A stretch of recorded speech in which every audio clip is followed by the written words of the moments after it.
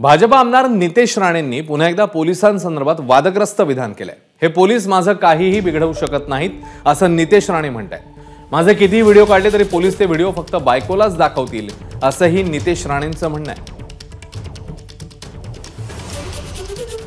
मला फोटो आणला तर थुकीन झाल्याच्या तोंडावर काही कोण करू शकणार नाही। मला काय करून द्या पोलिसांना, मला भाषण रेकॉर्ड काय नाही, जास्तीत जास्त बायकोला दाखवू शकणार, बाकी काय नाही।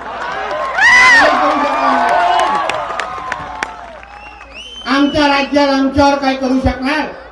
राहायच्या जागेवर सांगा तुम्हाला काय अतिक्रमण चाललंय तुमच्या इथे, सांगा मला।